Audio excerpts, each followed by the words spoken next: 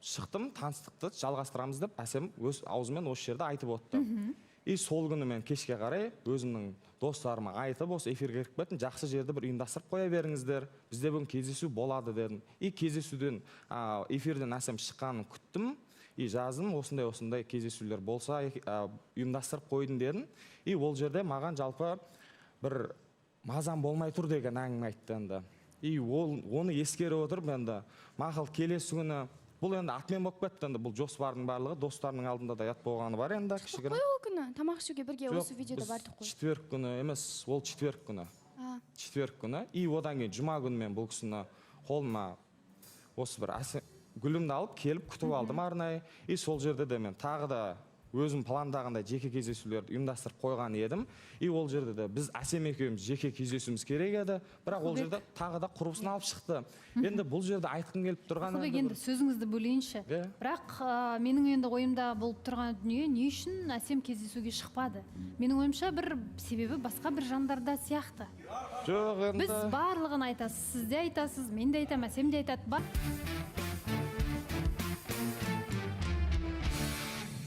Құрметті көрермен, жарнамадан оралдық. Белгі Ринаттың қолында. Қытай. Ештеңе айтпайсыз. Тыңдап тұрмыз Ақылбек сізді. Енді бұл жерге естіліп тұр, бұл жерде менің енді әсемге өзімнің нақты бір конкретно мен мына жерде ренжіп отырмын. Бұл жерде енді бүйтіп созып айтпай-ақ қойын енді, бұл жерде мені қабылдап отырып мен енді үйтіп жеке эфирде барлығы бір жақсы болып көрінгенмен бір жеке өмірде басқаша. Мысалға мен бұған жазған сообщениелерімнің 80% игнор астында қалады, өтірік емес. И вот мен 3 кездесу айттым, үшеуінде де былай бір қарсы пікір білдіріп шыққысы келмеді. Білмеймін енді бір сылтау деп мен түсіндім. 3 рет шақырдыңыз, біреуінде ғана кездестіңіздер. Жоқ, үшеуі кездеспей қалғаны бұл. Кездескеніміз біз мен эфирден келіп қана ғой енді ол. Бұл 3 рет кездесу атмен болып кетті бұл жерде ше. Мәссаған, әсем. Бұл кісінің келгеніне 1 аптадай болды ғой, ә? 1 аптада 2 рет кездестік. Негізі бұл кісі басында келген кезде мынандай нәрсемен келді. Мен бұл қызға ұмыттырам, мен бұл қызға іспен көрсетем барлығын деген сияқты нәрсені айтты. Бірақ мен жай ғана ауырып жатырмын деген элементарный нәрсені маған типа сен шықсай біз понедельник эфирға шығу керекпіз ғой дегеннен кейін маған как будто бір эфир ғана бұл кісіге важный сияқты көрініп қалды да. И содан кейін мен ауырып жатырмын, тұра алмаймын Ақылбек дедім, басқа күні кездесейік. И сол күннен кейін маған бұл кісі мүлдем жазған жоқ Балаусахан, мен қалай одан кейін бұл кісімен сөйлесем. Сондай элементарный даже дәрімді әкеп берсе де болатын еді, мысалы. Сондай нәрсе ғой. Балаусахан. Іспен дәлелдеймін дегеннен кейін енді бұл кісі де тура басқа кісілер сияқты сөзбен просто мына жерге келіп енді ренішін айтып отқаны барлығы еркектікке жатады деп ойламаймын мүлдем. Ринат. Ақылбек, ассалаумағалейкум, қош келдің. Уағалейкум ассалам. Ақылбек, негізі мен сен осы жерге келген кезде мен саған айттым ғой, сенің үмітің ақталмайды деп. Өйткені бір емес, 2 жігіттің бірде басын қатырып жүрген адам деп. Сол күні мысалы деймін да, сен ауырып жатырмын дейсің да, әсем. Сен бірақ ұпучук барғанда сыртқа киініп шығып, сонымен TikTok сурет екенсің. Ал өзі үміткерің сені кездесуге шақырса, сен шықпайды екенсің. Просто мына жерде Балаусаханым, әсемге қарап не істейтін болсақ, просто өзінің үміткеріне неуважение көрсеткен несін көріп тұрдық та бұл жерде. Қай күні сыртқа именно ауырып отқан күні. Айтайын Балаусахан. Сенбі күні. Жауап берейін. Мен ауырған күнім суббота күні болды. Суббота күні кәдімгідей мен үйден шықпай мүлдем солай ауырған болатынмын. И воскресенье күні таңертең маған Әділет жазды. Не істеп жатсың деген сияқты, үміткеріңмен сөйлестің ба деген сияқты жазды. Я сөйлестім, мен ауырып жатырмын деп ем. Осылай айтты деп Әділетке айттым. Сосын үйде жатсам маған Әділет звондап тұр. Мен кеп тұрмын, шықшы дейді. Содан кейін дәрілерін алып келіп тұр екен, бір 5-10 минутқа далаға шығып дәрілерді алып, одан кейін обратно үйге кірдім болды. Демек, Әділетпен сөйлесу болған ғой? Әділетпен, дос ретінде біз былай Инстаграм желісінде негізі WhatsApp. Жоқ, ол кісі сіздің ауырып жатқаныңызды қайдан біледі, үйіңіздің мекен-жайын қайдан біледі? Біз алдында пятница күні шыққан кезде барлығы осы жерде Нұржан, Бекзат барлығы мені үйге жеткізіп салған болатын. Вот сол кезде мекен-жайды біліп алған. Ал оған дейін, яғни келген кезде енді сөйлесу болған шығар? Сөйлесулер болды, иә. Олсан. Қандай сөйлесу? Дос ретінде ғана андай артық әңгімелер болған жоқ біздің арамызда. Сөйлесу. Дос ретінде сөйлесесіз? Мен бұл кісіні жай ғана дос ретінде қабылдаймын. Жай ғана дос ретінде осылай саған дәрімді әкеп бергім келді, ауырып жатқаннан кейін деді. Сосын дәрін алып, жаңағы тәттілерін алып үйге кірдім. Ол жерде біз 5-10 минут қана далада отырған болатынбыз болды. Мен енді Ақылбектен сұрайын. Ақылбек, сен жұма күні негізі 2 күн кездесу болды ғой сендерде? Кездесу болды, мен эфирдің сыртына күтіп, Әсемді алып кеттім. Одан кейін бұл өз достарымен қыдыратын саған айтма неге жалпы?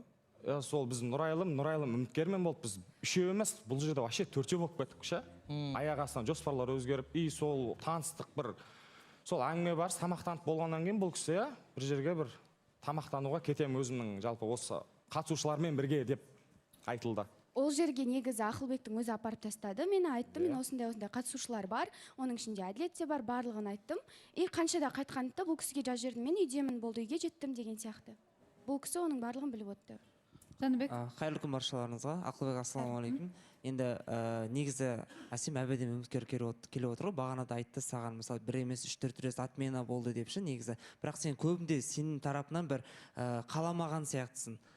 Ал мына жерде айтып отырсың ғой енді Әділет біздің УПА сенбі күні келді деп. Ол ғана емес, одан да бөлек сендер мысалы барлық мына қатысушылар болып, тағы да бір мейрамханаға бардыңдар деген сияқты, қымыз аттыңдар деген сияқты. Неге сол сияқты осылай Ақылбекке уақытыңды бөлмедің? Неге Әділетке бөлесің деп біздің міне жап-жақсы үміткерге бөлмедің? Неге Әділетке бөлесің деп айтып жатсыз? Ол кезде біз қатысушылар барлығымыз бірге шықтық.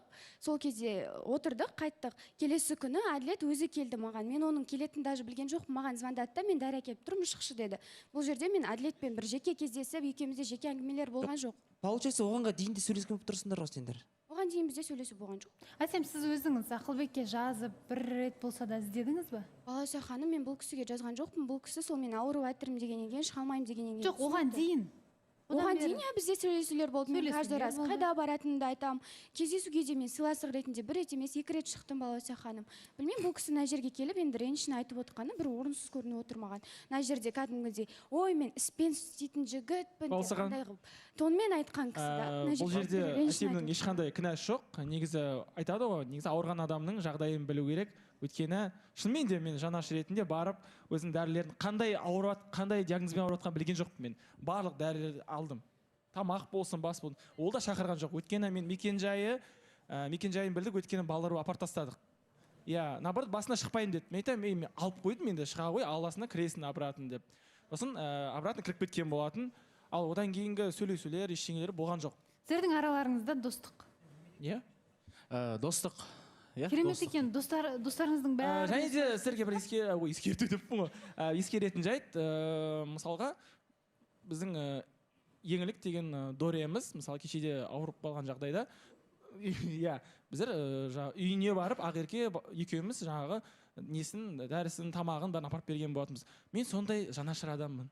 Балауса ханым, негізі сұрай салайыншы, Ақылбек, қалайсың, родной? Мына жақта отырмын. Четверг күні кездесу болды ма сендерде? Четверг күні мен ұсындым, жоспарлар болған, бірақ бұл мазам жоқ деп бір өзім бір сылтауын айтып. Сен қашта болды четверг күні? Четверг күні мен эфирдан шығып... Әділетпен қымыздаттыңдар? Жоқ, четверг күні мен эфирдан шығып, үйге қайттым. Жоқ, негізі сондай бір дүние естігенбіз. Оны қайдан шығардыңыз? Жоқ, негізі оны көбісі білет Балауса ханым. Бірге екеуі қайтып... Оны Айгүл айтқызған ғой. Сенде факт бар ма? Или жай ғана естігенсіз? TikTok түсіргендеріңізді мен көрдім, иә? Бірақ нақты бұл демалыс күні болған әңгіме. Ал сіз қазір бейсенбіні айттыңыз, иә? Жоқ, енді сондай енді ақылықтарын естіп жатырық. Ақылар емес, ол Айгүл ғой айтқып отқан. Балауса айтсам бола ма? Әлшер сен бір не болсын, құлақ қауыс болсын. Біздер эфирға Бекзат екеуміз келген болатынбыз. Бекзат біздің үйде қонды. Сосын кейін іште біздің майдан үміткері Фара бар, Әсем бар, Айгүл сол кезде киініп атты, Бекзатты екеуміздің жай көзімді қысып жіберіп айтамын ғой. Мә сен қымыз көтере алмайды екенсің, оказывается, дедім. Сосын Бекзат маған ойнатып жіберіп айтып жатыр да. Я сен деген кеше достарыммен барамын деп айттың ғой, Әсеммен ішіп жатсың ба деп. Сосын айтты да, я а че десем, соны Айгүл естіп қалып, барлығына жайып жүр. Соны болмаған затты, я.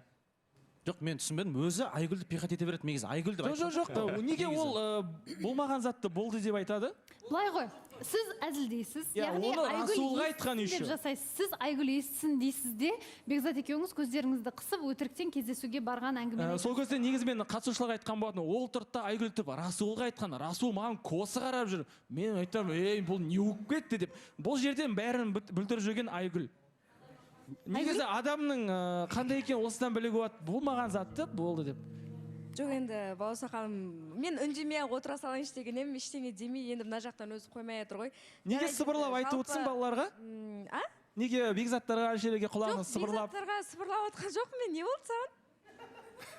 Жоқ, былай ғой, мына жерде негізінде оны мен емес, жалғыз Балауса Жоқ, ханым. Әділет, сіз Айгүл сөйлесе бірден қаныңыз басыңызға шауып, ұрсып тастап, басқа нәрсе негізі шығар. болмаған Сен кішкене орнына болмаған затты неге болды деп айтады. Және де ондай жалған информацияны айтуда бір түрлі деп ойлаймын. Қараңызшы, Әлішер айтты, бейсенбі күні екеуі шығып. Әлішер ол кезде болған да жоқ. Ол қалай ол бұлаяққа жетеді ол зат? Егер Әлішер Айгүлден естідім десе, онда Айгүлден сұраймыз. Қазір ғана сыбырлады Балауса ханым, көріп Отыр отыр. құлақтарды не істедің Балауса ханым? Деп айтпа деп айтты. Өйткені Әлішер жақсы сөйлейді ғой. Оны мен айттым негізі. Иә, Жәнібек. Мен айтқан болдым. Жәнібек, сен вообще болған жоқсың, құдай-ай. Жоқ, бүйтіп айттым. Упа, мен бүйтіп айттым. Қымыздатты, және де келесі күні бәрі бірге барып мейрамханада бірге болды деп Қазір Балауса айттым. ханым, мен осы жерде дәлелдей аламын. Сол күні, четверг күні, мен өзім достарыммен қымыздатқанымды, өткен спортсмен достарыммен. Ал егер де сол зат өтірік болатын болса, сен қыдырған өтірік па? қай жерде, қай жерде? Өтірік, конечно. Біз қатысушылармен жүрдік. Қатысушылар, былай істейікші, тыныштық. Балауса ханым, мына Былай ғой, жерде естіген бірінші нәрсем. Әсем, Ақылбектің реніші орынды ғой. Негізі, иә, орынды бар. Балауса ханым, бірақ мына жерде мынандай әңгіме бар ғой. Бұл кісі маған кездесуде, сөйлесулерде бір андай тұйық адам екен.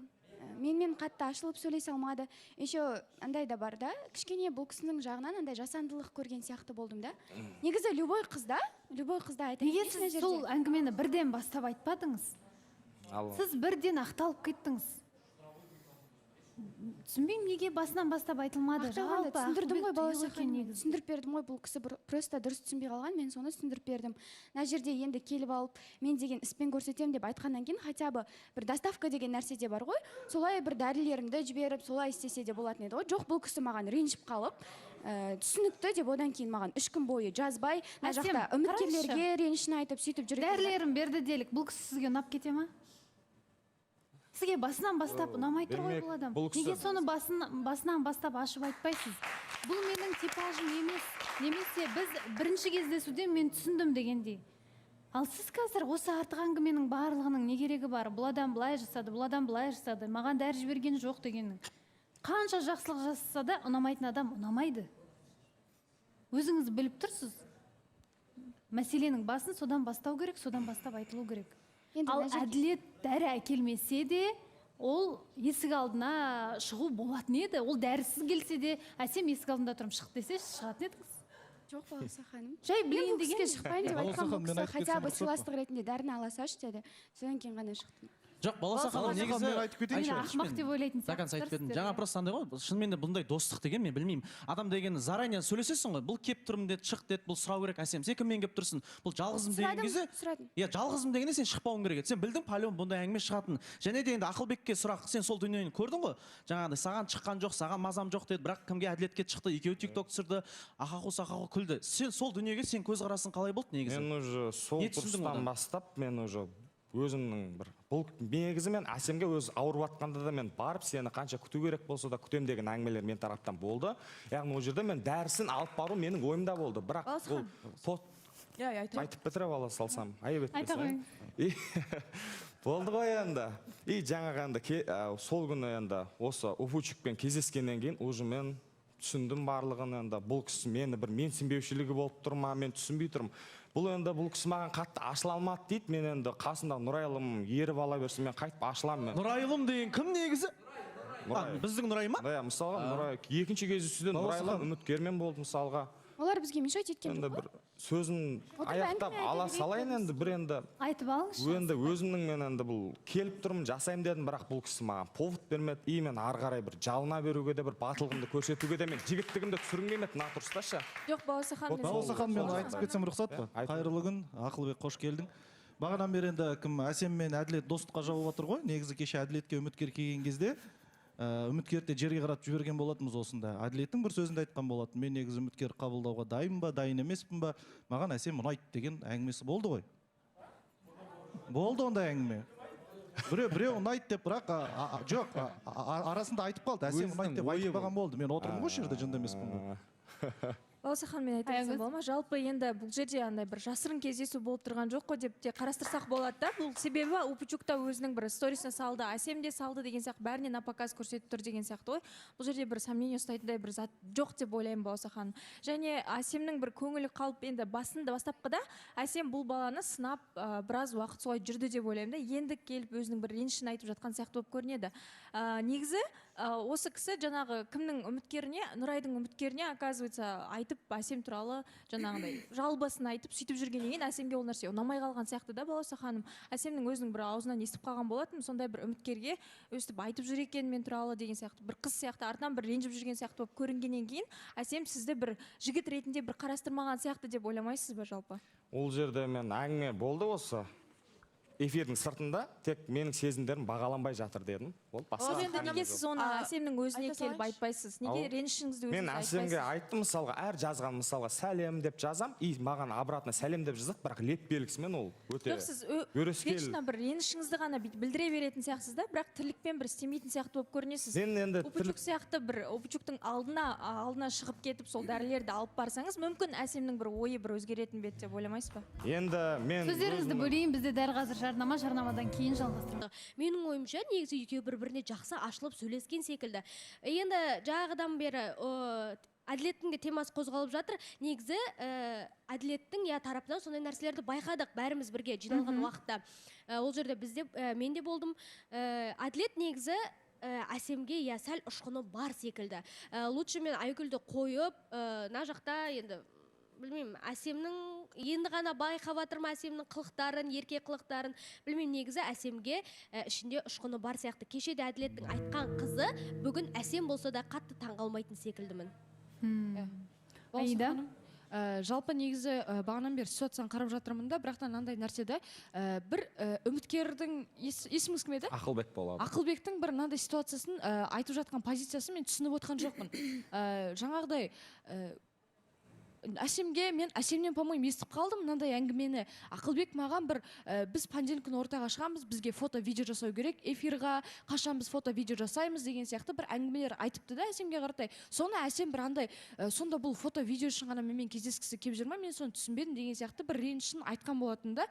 Соны мен сіз жақтан түсінбей тұрмын. Тек қана фото-видео үшін ғана кездесесіз ба? Және бір анандай жігіт жақтан мынандай подружкасы келіп ала береді, қасына жағаласып деген сияқты әңгімені бір жігіт жақтан естіген бір сәл бір түрлі екен. Негізі қыз жақ оны қыз үміткер келіп айтып тұрса, достарын шақырып ала береді деген сияқты, жаңағы Жәнібектің маясы сияқты. Ол кезде бір түсінетін едік те, жарайды деп. Бірақ та көбінесе бұрында жігіттер, менің білуімше, через подругасы арқылы жаңа қыздың көңілін табады, через подружкасы арқылы жаңа қызға не ұнайды, бәрін біледі деген сияқты. Сондай болушы еді, бірақ та бәлкім өзінде де бір сондай қызығушылық болмаған ба деп ойлаймын да. Әлде сіз бір Нұрайға қаратай бір жаңағы бізге видео түсіріп жүр ғой, тамаққа бірге барады деп бір тамақ алып беруге бір ақшаңызды қимадыңыз ба деген сияқты. Жалпы жаңағын бері әділетті қозғап жатсыз, сылтау қылып жатсыз деп айтып жатсыз ғой, енді әділетті өзіңізге конкуренция көріп жатсыз ба? Бірақ та тікелей әділеттің өзіне сіз ешқандай сұрақ қойып жатқан жоқсыз. Әділеттің өзіне, әділет сен не істеп жүрсің деген сияқты бір жігітше әңгімеңіз жоқ та, сіз жаңа бір осы бір қосылақтың ішін көріп кетейінші, бір эфир қалай болып жатыр екен деген сияқты, сондай оймен ғана келген сияқты. Енді Балзаған түсінбей жатқанымша. Қазір Ақылбек жауап беріп кетейін. Біз дүйсенбі күні бізде жаңағы мен келемін, оған дейін видео деген нәрсе, біз видеоны ол пятница күні түсіріп қойған ол. И суббота күні мен енді мысалға былай, мен өзімді өтірік жағынан көрсеткім келмейді, мен өзім өтірік сөйлегім келмейді, енді эфирге келіп, мысалға мен қашанғы Әсемді мақтап жүре берем, менде жеке кездесулер болмады, жеке әңгіме өмірде болмады, мен бұл кісіні танып үлгермедім. Вот сол жағынан енді сіздер білмеймін, енді мен түсінесіздер ойлаймын. Мақтап жүре берем дегеніңіз не? 3-4 күн болды ғой. Отношение жоқ, негізі мен өтірік мына жерде келіп әңгіме айтқым келмейді да. Енді келіп айтып отырмын мына жерде шын ренжіп отқаным үшін. Балауса ханым, сосын мен айтқам ғой, жаңағы Нұрайдың үміткеріне мен жамандап жүр екен да, осындай Әсемнен көңілім қалды деген сияқты. Не үшін менің өзіме келіп айтпайды деген сияқты сұрадың ба деп Нұрайдан айтқам ғой. Сол кезде бұл кісі айтқан, жоқ, мен өзіне айтпаймын, понедельник күні барып эфирде айтамын деген сияқты әңгімелерді. Енді Балза ханым, қарап тұрсаңыз кішкене Әсемен сен жақтан бәрібірде менсінбеушілік болып жатыр. Бағана енді Айданың пікірімен келіспеймін, өте енді орынсыз деп ойлаймын. Ол пікір өйткені шынымен де қызы келмейді. Басқа жігіттерге шығады екен, бірақ шынымен де үміткеріне қызы келмейді екен да. Оны енді шынымен де жігіттің, бұл жігіттің назы деп айтуға болмайды Балза ханым. Бәрібірде ол не дейсің? Басқа барлығы жігіттерге шығады екен деген әңгіме керек емес. Енді жоқ, шынымен де әсем қарап тұрсаң әділетке шықтың ғой енді. Ол Бес болған он нәрсе. минутқа ғана дәрі әкеп маған айтты, мен шықпайын дедім, бұл кісі сыйластық ретінде дәріні хотя бы ала салшы деді. Солай алдым, әр жігітке шығады екен деп